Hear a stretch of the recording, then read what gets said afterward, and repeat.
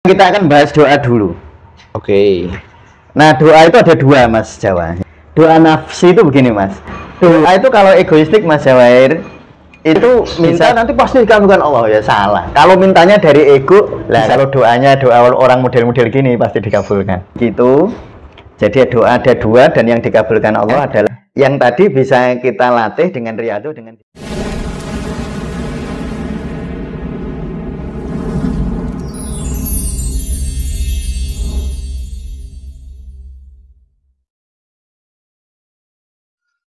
Assalamualaikum warahmatullahi wabarakatuh. Waalaikumsalam warahmatullahi wabarakatuh. Kali ini di Ngaji Tasawuf Saintifik. Nah, kemarin kita sudah membahas mengenai zikir nafas yang bisa mengubah realitas nih, Mbak. Nah, itu kan di kolom komentar juga banyak yang bertanya, ada nggak sih zikir yang bisa mengabulkan doa? Ya mungkin kita belajar perantara zikir nafas ini ya, Mbak. Ya. Ya, berarti kali ini kita akan bahas lebih dalam lagi nih, Mbak, mengenai zikir nafas itu bisa nggak sih sebagai pengabul doa atau gimana sih korelasinya gitu sama doa? Ya, mengabulkan doa ya Allah ya, bukan bukan zikir nafas ya. Oh ya. Tapi begini Mas Jawir ya, kita nanti akan bahas korelasi antara zikir nafas dan doa ya. Korelasinya itu bagaimana? Nah, saya kira teman-teman sudah cukup familiar dengan istilah zikir nafas di channel Tasawuf Indonesia. Bahwa zikir nafas itu ada 5 level ya, atau 5 tahap ya. Satu, zikir nafas jasadi, kita hanya menyadari nafas. Lalu zikir nafas kolbi, ya ini kita menyadari tentang hakikat nafas ya. Kalau tadi syariat nafas. Kalau zikir kolbi, zikir nafas kolbiyah itu menyadari hakikatnya. Lalu ada zikir nafas nafsi ya, itu menyadari yang zikir siapa, yaitu rasa aku ya, menyadari rasa aku. Lalu ada zikir nafas ruhi, yaitu menyadari bahwa sumber dari semua maujud ini ya, menyadari ruh atau maujud dari ini semua. Lalu ada pada akhirnya nanti ada zikir fana. Nah, itu tahap-tahap zikir yang teman-teman mungkin bisa lihat ya di video sebelumnya ya. Di video-video sebelumnya. Di atas ini. Nah, sekarang kita akan bahas doa dulu. Oke. Nah, doa itu ada dua, Mas Jawa ya. Iya. Satu, doa egoistik. Gimana tuh doa egoistik? Yang kedua, doa rohani. Doa rohani dan doa egoistik. Nah, jadi kalau kita korespondensi dengan zikir nafas, ada doa itu doa nafsi, doa keakuan, yaitu nafas aku, nafas yang zikir nafas yang nafsi. Ada zikir nafas yang ruhi. Nah, itu zikir nafas atau bisa dikorespondensikan dengan doa rohani ya. Doa nafsi itu begini, Mas. Doa menurut keinginan kita. Doa egoistik tadi itu ya. Egoistik ya, ego itu kan nafas ya. Yeah. Dalam bahasa tasawuf itu ego atau rasa aku itu kan nafas. Dan keinginan kita itu kan bersumber dari rasa aku itu. Jadi aku misalnya saya ini sebagai mustamir punya keinginan banyak sekali. Misalnya punya keinginan agar subscribernya sekian. Nah, itu namanya keinginan nafas ya. Punya keinginan besok saya akan punya ini, punya itu namanya keinginan atau doa ketika saya panjatkan kepada Allah, ya Allah berilah saya subscriber sebanyak-banyaknya atau ya Allah berilah saya keuntungan sebanyak-banyaknya, berilah saya materi ini dan itu doa nafsi namanya, egoistik. Nah, doa yang egoistik. Nah, doa itu kalau egoistik, Mas Jawair, itu bisa dikabulkan, bisa enggak? Itu salah nggak sih Pak egoistik? Enggak salah. Oh, enggak salah. Ini kita enggak. Jadi kalau sudah bicara tasawuf sudah melampaui benar dan salah ya, Mas ya. Oh iya. Sudah. Ya kita harus bersyariat ya. Ya tentu saja itu boleh kan. Kan banyak sekali doa-doa yang memintanya ya boleh. Cuma itu kita harus menyadari bahwa itu permintaan kita. Permintaan aku. Egoku sendiri itu. Dan kita harus segera menyadari bahwa ego kita atau keinginan ego kita itu belum tentu baik. Iya. Harus sadar loh. Itu yang saya kalau Mas Jawahir misalnya bab jodoh. Kan mesti Mas Jawahir misalnya kan punya kriteria kan. Iya. Yang tingginya sekian misalnya. Misalnya setingginya Mas Jawahir 5 pengennya meter. itu nanti jadi jerapah itu. Ya, misalnya pengen tingginya 160 misalnya ya. Nah, itu kan menurut Mas Jawahir kan? Iya, misalnya. Apakah itu betul-betul baik secara hakikat? Mas Jawahir kalau dapat istri itu pasti akan bahagia, nggak tahu kan Mas? Dia nggak tahu sih, nggak pasti. Tahu. Jadi sebenarnya keinginan ego belum tentu itu yang terbaik. Itu kan menurut kita hari ini. Makanya saya itu sering guyon. Betapa banyaknya orang menikah, mereka sudah menikah dan sekarang menyesal. Padahal dulu dia menikah dengan orang yang diharapkan nikah. Iya kan? Iya. Nah, artinya memang keinginan kita belum tentu baik. Dan itu sudah terbukti banyak sekali. Nanti teman-teman sufi bisa menghayati diri ya, coba menghayati berapa banyak keinginan yang terkabulkan dan ternyata kita menyesal ketika keinginan itu dikabulkan. Apa yang kayak gini terkabul, kok malah kayak gini? Nah, iya, misalnya mau mempersunting seseorang, mau ngelamar seseorang dan ternyata diterima. Nah, betulkah itu baik bagi kita? Ya wallahu a'lam. Tetapi apakah minta boleh? Ya boleh. Siapa yang nggak ada larangan bahwa kita minta, tetapi kita harus menyadari itu tadi, menyadari bahwa keinginan atau doa-doa yang kita panjatkan yang bersumber dari keinginan egoistik, kita harus sadar bahwa keinginan itu belum tentu benar. Makanya kalau di dalam tasawuf, ilahi anta maksudi, kalau berdoa itu ditutup begitu. Ilahi duh Gusti anta maksudi, engkau adalah harapanku, engkau adalah maksudku, engkau adalah cita-citaku. Harus itu puncaknya. Karena kalau yang keinginan yang egoistik itu macam-macam, Mas. Macam-macam dan ya nggak ada habis-habisnya. Dan kita juga nggak perlu, berarti nganu ya Ustadz, nggak perlu punya keinginan. Lah kita pengen nggak pengen juga pengen kan. Ya itu alam manusiawi ya, Bro.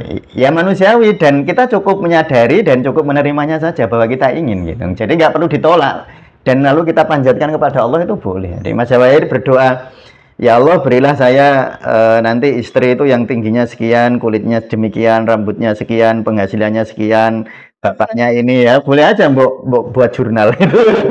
Jurnal kriteria sebanyak-banyaknya, nggak ada salahnya. Tetapi Mas Jawahir harus segera menginsafi itu keinginan nafas. Keinginan nafas. Nah, keinginan ego. Dan kalau keinginan ego lalu kita panjatkan kepada Allah, itu bisa dikabulkan, bisa enggak. Selalu itu hukum loh ya. Kalau keinginannya bersumber dari ego, bisa dikabulkan, bisa enggak. Tapi kalau keinginannya bersumber dari ruhaniyah, pasti dikabulkan. Dari ruhaniyah pasti. Pasti kalau itu.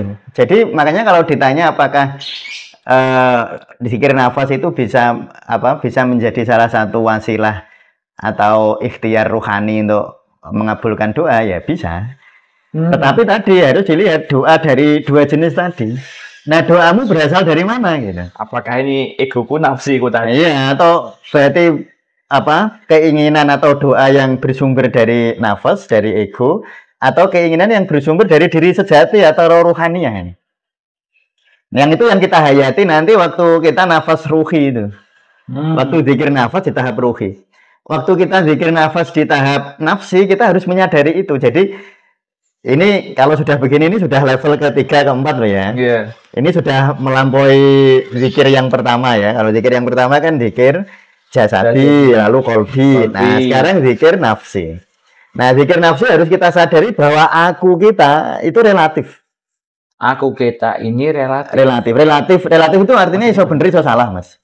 Bisa bener bisa salah. Keinginannya bisa bener bisa salah. Wallahu a'lam, kita nggak tahu. Makanya kalau kita lihat misalnya ya, apakah doa orang wali pasti dikabulkan Allah? Ya belum tentu. Tetapi para wali itu tahu bahwa dia tidak dikabulkan bukan Allah mengingkari janji, karena memang para wali sudah menyadari bahwa ini keinginan egoku. Dan ketika tidak dikabulkan Allah, sama sekali tidak mengurangi keimanan, malah menimbulkan ketentraman batin. Itu kalau para wali. Nah, sekarang saya mau ngasih contoh. doa yang doanya itu doa ruhani. Doa yang doanya roh. Nah, ini ada ini doanya, contoh doa. Nanti teman-teman sufi bisa menghayatinya, lalu bisa introspeksi diri. Saya berdoa kayak gitu berani nggak sih? Karena gini kan seringkali orang itu sering salah paham terhadap ini loh Mas, ayat Al-Quran. Ud'uni astajib lakum kan gitu. Iya, yang itu. Nah, itu kan. Ud'uni berdoalah kepadaku, astajib lakum pasti akan aku Ijabahi. ijabah. Itu orang sering keliru maknanya itu. Ya minta aja nggak apa-apa. Ya. Minta nanti pasti dikabulkan Allah, ya salah. Kalau mintanya dari ego bisa dikabulkan bisa enggak.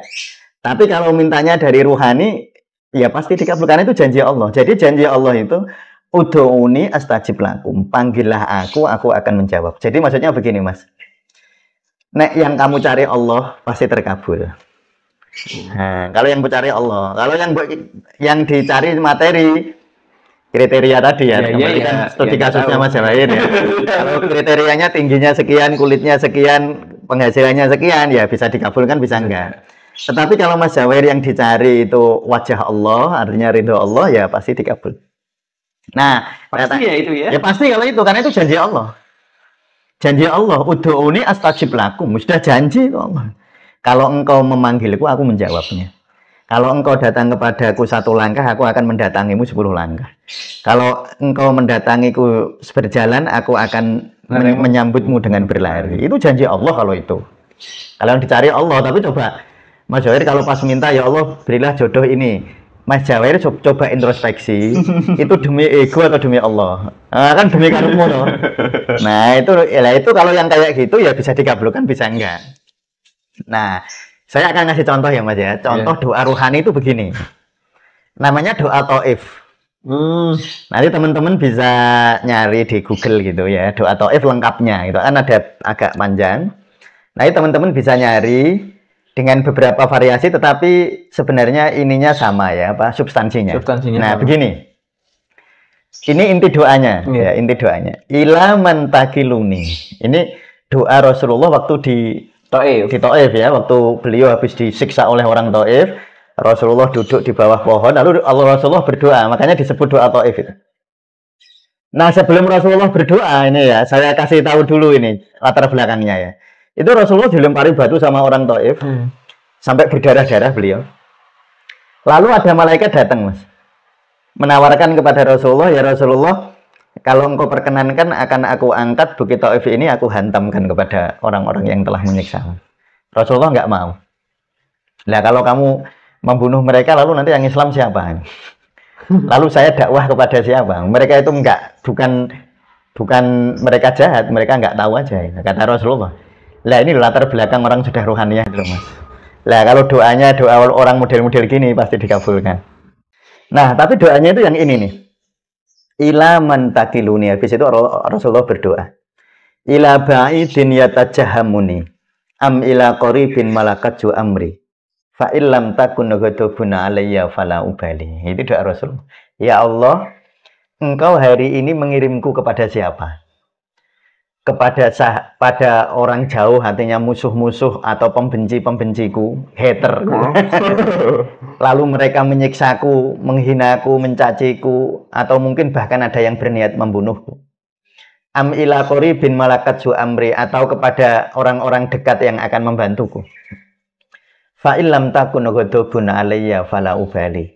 Asal engkau tidak marah kepadaku, tidak apa-apa. Nah, itu tidak masalah loh, itu loh. Ini namanya doa rohani kalau ini. Nggak ada ego Mas.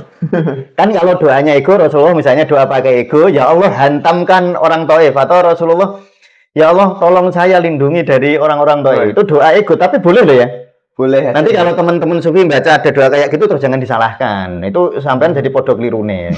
Nah, ya nggak usah. Ya kalau ada orang belajar itu nggak apa-apa. Tapi kita harus tahu bahwa ada doa dengan doa ruhaniyah itu. Makanya tadi dari awal kita pahami ada doa nafsiyah dan ada doa ruhaniyah. Ini bukan salah benar, dua-duanya benar. Cuma doa ruhaniyah itu doa yang jauh lebih indah. Jauh lebih indah. Ya, cuma kalau berani. Kalau berani. Kan doanya begitu. Ya Allah, saya mau gagal ya nggak apa-apa, mau hasil ya nggak apa-apa, asal engkau tidak marah kepadaku. Doa kayak gitu berani nggak kira-kira Mas Jawair? Misalnya Mas Jawair itu cinta nih kepada perempuan, cintanya luar biasa. Lalu Mas Jawair berdoanya begini, ya Allah, jadi jodoh saya yang nggak apa-apa, nggak jadi jodoh saya yang nggak apa-apa, asal engkau tidak marah kepadaku. Mana lah, tunggu. Itu berdoa, namanya doa ruhaniyah. Nah, kalau itu pasti dikabulkan. Artinya Allah pasti sayang kita kalau itu. Iya, Allah pasti sayang kita. Ya, makanya nanti ketika kita sudah berdoa semacam itu, Mas Jawair, Rasulullah setelah berdoa Taif itu hadiahnya Isra Mi'raj itu. Lalu Rasulullah dipanggil oleh Allah, Allah bilang kepada Jibril, wahai Jibril, jemputlah kekasihku. Nah, kalau itu dikabulkan, Mas. Makanya gini ya, keinginan-keinginan kita itu harus selalu kita insafi, kita hayati, dari mana sumbernya keinginan itu. Jadi itu apa tekniknya ya, metodenya. Terus gimana nih tekniknya, metodenya? Ya caranya gitu. Misalnya kita ini punya doa nih, ya Allah berilah saya rumah bagus misalnya ya. Lalu segera diinsafi, menghayati kalau apa melalui zikir nafas dulu ya, hayati, tarik nafas, disadari dulu ya, zikir nafas yang jasadi. Lalu masuk ke zikir nafas qalbi, kita hayati tentang hakikat nafas. Lalu zikir nafas nafsi tadi. Nah, waktu kita zikir nafas nafsi, menyadari keakuanku, lalu kita proyeksikan dengan keinginan tadi. Keinginan punya rumah bagus tadi. Lalu kita hayati, oh ternyata rumah bagus ini keinginan dariku. Nah, disadari. Lalu setelah kita sadari, cukup disadari saja. Oh, ternyata aku masih pengen rumah bagus. Nah, kalau rumah bagus ini kan materi, yang keinginannya berasal dariku, dari rasa aku, dari nafas qalbiyah. Kalau nanti Mas Jawair yang di 200 jam ya, ada istilah nafas qalbiyah, ada nafas ruhaniyah. Jadi kita sadari bahwa ini adalah keinginan dari nafas qalbiyah atau dari diri keakuan. Masih egoistik itu tadi. Ya, itu kita harus menyadari bahwa keinginan ini dariku, nggak ada jaminan dikabulkan. Karena itu karena itu bukan keinginan Allah, bukan keinginan, mungkin kalau orang-orang bilang tidak selaras dengan kehendak semesta. Nah, jadi gitu loh Mas Jawair. Jadi keinginan ketika berasal dariku itu belum tentu selaras dengan kehendak semesta, atau lebih kehendak Sang Maha Pencipta semesta. Tapi kalau keinginan itu sumbernya dari dari ruhani, ya pasti selaras dan pasti terjadi kalau itu. Nah, jadi doa yang dikabulkan yang dimaksud tadi dalam ayat ud'uni astajib lakum itu nek maknani bukan kalau aku ingin lalu akan berdoa pasti dikabulkan, bukan. Allah nggak pernah janjiin kayak gitu. Yang dijanjikan Allah, jika engkau memanggilku aku akan menjawabnya. Manggil ya. Nah, iya. Ini yang perlu dibenerin ya. Iya, dibenerin, diluruskan mungkin ya. Ya lebih dihayati gitu, lebih dihayati sehingga ya saya sering diprotes kan sama jamaah ngaji itu. Ustadz katanya kalau doa pasti dikabulkan gitu. Itu ayatnya ud'uni astajib lakum ya. Ya saya jelaskan seperti ini bahwa sebenarnya doa kalau doa berdasarkan keinginan ego bisa dikabulkan, bisa enggak. Ya. Kalau doa yang berasal dari ruhani pasti dikabulkan. Jadi sebenarnya riyadhah kita Mas Jawair ya, riyadhah itu latihan kita, itu latihan menyadari keinginan gitu ya. Nanti tekniknya begitu, tekniknya. Nanti kita masuk ke teknik ya. Jadi tekniknya gimana biar zikir nafas bisa menjadi wadah doa. Wadah ya. Wadahnya doa. Nah, itu tadi kita hayati keinginan kita. Jadi selalu sadari, hayati keinginan kita. Ini keinginanku bersumber dari mana? Nah, waktu di zikir yang nafsi, ya, zikir yang menyadari rasa aku, nanti kita akan sadar, oh ternyata itu dariku. Cukup sadari. Nanti ketika kita menyadari itu, nanti bisa jadi tiba-tiba kita meloncat ke zikir ruhi. Bisa jadi nanti ditolong Allah itu untuk mudah agar kita ke zikir ruhi. Nanti kalau sudah zikir ruhi, bahkan itu keinginan bisa nggak ada. Iya. Nah, kalau keinginan nggak ada itu bisa sama dengan bahwa keinginan kita sudah sama dengan keinginan semesta. Atau lebih tepatnya, keinginan kita sudah sama dengan keinginan Sang Maha Pencipta semesta. Gitu. Jadi, nah nanti kalau sudah begitu tuh apa yang terjadi? Itu terkabulnya doa semua. Jadi makanya bagi para nabi dan para wali, apapun yang terjadi itu selalu dianggap itu terkabulnya doa. Bahkan seandainya kejadian itu menurut pandangan awam kayak kita itu kegagalan, tapi bagi mereka itu keberhasilan. Itu terkabulnya doa. Jadi bagi para kekasih Allah, Mas Jawahir, tidak ada doa yang nggak dikabulkan. Tetapi syaratnya memang levelnya harus naik gitu. Kalau masih di level egoistik, kita nggak bisa melampaui nafas kita, ya doa akan selalu begitu. Kadang-kadang dikabulkan, kadang-kadang enggak. Ya begitulah sama. Ya, kalau seperti itu kan sama dengan anak minta kepada orang tua. Yang dijanjikan oleh orang tua itu bukan mengikuti semua keinginan anak. Bukan memberikan semua yang anak minta. Tetapi yang dijanjikan oleh orang tua adalah aku menyayangimu. Misalnya gini loh Mas Jawahir, saya kepada anak saya. Ya, dia akan selalu, kan akan sering minta kan. Ayah beliin ini. Aku pengen ini. Itu saya nggak pernah menjanjikan bahwa semua keinginanmu aku akan mengabulkan. Tetapi saya berani berjanji bahwa aku selalu menyayangimu. Jadi yang dijanjikan Allah itu sayangnya dia ke kita. Bukan dijanjikan udhu'uni astajib lakum terus keinginanku semua dikabulkan. Jangan begitu memaknainya. Jadi saya saya ringkesannya begitu ya Mas Jawahir. Jadi bahwa keinginan itu dibagi menjadi dua ya. Satu keinginan nafsiyah, dua keinginan ruhiyah. Nah, keinginan nafsiyah lalu kalau kita panjatkan, kita doakan kepada Allah, bisa hasil, bisa tidak. Tapi kalau keinginan itu keinginan ruhiyah, pasti hasil. Pasti terkabul. Seperti doanya Rasulullah tadi, itu doanya doa ruhiyah. Ila man takiluni, ila ba'idin yatajjahamuni, am ila qaribin malakatu amri, fa illam takun ghadabun alayya fala ubali. Asal engkau tidak marah kepadaku, aku nggak apa-apa. It's okay. Ya, kalau itu mesti selalu it's okay. Jadi kalau dengan Allah selalu it's okay. Engkau ya Allah, engkau memintaku atau menyuruhku atau memberiku apa saja asal engkau tidak marah kepadaku, it's okay. Nah, gitu. Kayak orang cinta ya. Mau mana-mana pun anterin wes, kemana pun enggak apa. Ya itu kan it's okay. Ya okay, tapi ya kalau dari ego ya kadang-kadang diantar, kadang-kadang enggak sih. Ya kan itu tergantung keadaan kan. Ya tentu kalau menjanjikan pasti aku antar.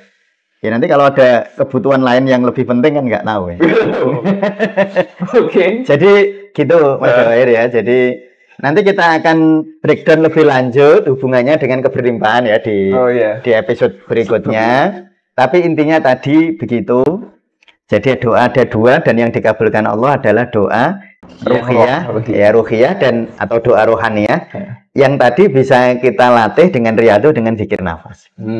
Ya, dengan zikir nafas sehingga nanti kita akan menyadari keinginan itu sumbernya dari mana. Dan ketika kita menyadari dan menerima keinginan itu, nah tiba-tiba kita larut. Nanti doanya menjadi doa ruhiyah. Dan saat seperti itu berarti doa akan selalu dikabulkan. Ya, saya kira gitu. Ya, bagi teman-teman mungkin silahkan ulangi lagi, tonton terus video sebelumnya yang tentang zikir nafas, tahapan zikir nafas. Lalu mungkin nanti bisa dikorespondensikan tentang doa ini tadi. Dan tunggu episode selanjutnya, kita akan breakdown, bahas lebih dalam lagi mengenai doa dan keberlimpahan. Zikir nafas dan keberlimpahan. Baik, jika ada pertanyaan atau mungkin ada pengalaman atau mungkin ada pertanyaan, boleh kok tulis kolom komentar aja. Dan jangan lupa share kepada siapapun yang Anda cintai dan semoga Anda semakin bahagia. Terima kasih. Wassalamualaikum warahmatullahi wabarakatuh. Waalaikumsalam warahmatullahi wabarakatuh.